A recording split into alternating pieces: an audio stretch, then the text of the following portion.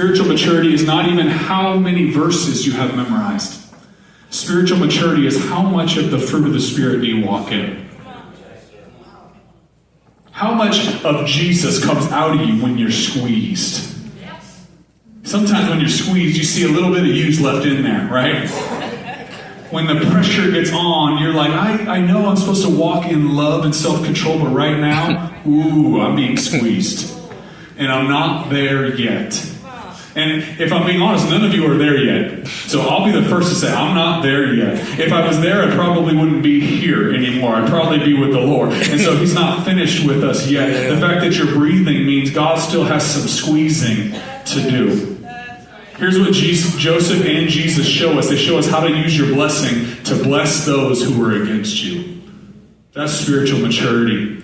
See, because how Joseph handled his pain, it actually prepared him for promotion. You know what I ask myself is, why is it so hard to understand that the Lord gives and the Lord takes away?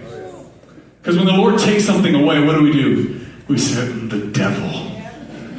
The devil did this. And I'm not saying the devil doesn't, but in the story of Joseph and in the story of the cross, how many of you know the devil thought he was winning?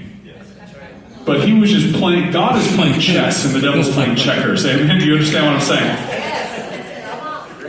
And so it's important to know that when I'm going through things that don't feel right, and it feels like things are being taken away, I remember this verse that says, God prepares a table before me in the presence of my enemies.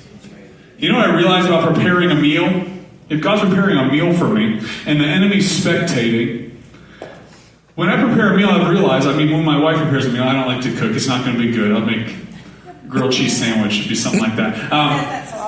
So when she's cooking something, I realized if I come and I try the ingredients, the end product is delicious, but the ingredients alone oftentimes don't taste that good. Don't believe me? Go home and bake a cake. But don't bake it. Just eat all of the ingredients separately and tell me how good it is. You might get to the sugar and be like, that was pretty good.